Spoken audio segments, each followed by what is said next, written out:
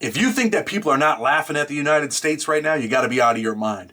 You know, this plot yesterday sounds like something out of a Vince Flynn book, where Merrick Garland, the Attorney General, approves this, raid on Mar-a-Lago, former President Trump in the hot seat. They're looking for these classified documents that are missing. They go up into his house. But part of the affidavit and part of the warrant says, hey, you know what? Use deadly force. Go in here and use deadly force if you have to. Get suited and booted, bring weapons. But you got to understand who Merrick Garland is, who admits that he approved all of this stuff, right? He's the Attorney General. He's like the top law enforcement, top prosecutor in the country. He's over all the federal prisons, over all the federal prosecutions. But in 2016, he was nominated to the Supreme Court by Obama. That's a prestige position. He's like, damn, man, I finally made it. Most lawyers' dreams are to be on that Supreme Court, probably. And he finally made it. He finally got it. Scalia passes away. And now he's got this top-notch position in D.C. He's like probably happy, excited, told the whole family, like, look what just happened. And then what happens is Trump, the Republicans, the Congress, the Senate, they pretty much, Mitch McConnell, you dirty son of a gun, you. They end up dubbing Merrick Garland, right? He doesn't get this prestige job, the job that he probably really wanted. He doesn't get it because the election's coming up and they just don't push him through. So he gets dubbed on that, and eventually, Trump becomes the president, and he takes over, and he's like, hey, look, you're out of here. I'm going to nominate my own guy. You're not going to be one of the people. You're definitely not going to be on the Supreme Court.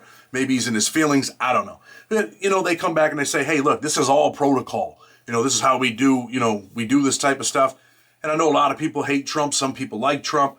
But at the end of the day, should we really be like, hey, look, get ready to use deadly force, bring all kinds of ammo, bring all kinds of weapons on a former president?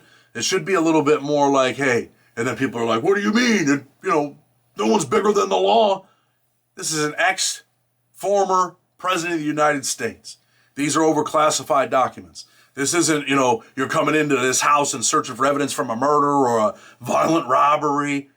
Come on now. Former president, people are laughing at us. Country's falling apart. And now you got Trump on trial in New York. That's pretty much wrapping up. The big question is he going to jail? Is he going to jail in New York State? You've seen all the beef with the judge in that case. He's a guy that's, donated to the Biden campaigns and been involved in some stuff on that side of the aisle. Should the dude even be hearing the case? Probably not. But he is. I mean, he's the judge. There's been some rulings in that case that were not favorable. Some people are like, man, you love Trump, man.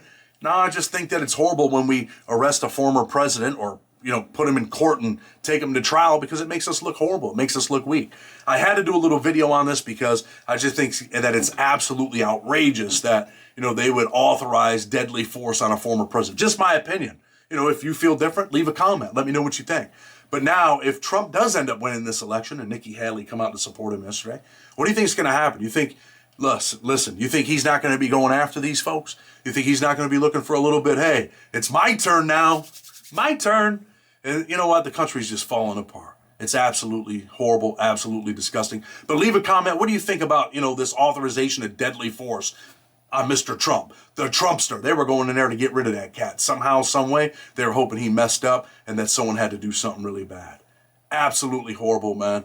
We should never be in a position, whether it's a Democrat or a Republican, where we're authorizing deadly force during a search for, documents, pieces of paper. Yeah, they're important pieces of paper. I get all that. I just think that that's above and beyond what needed to be done. Anyway, again, leave that comment. Tell me what you think.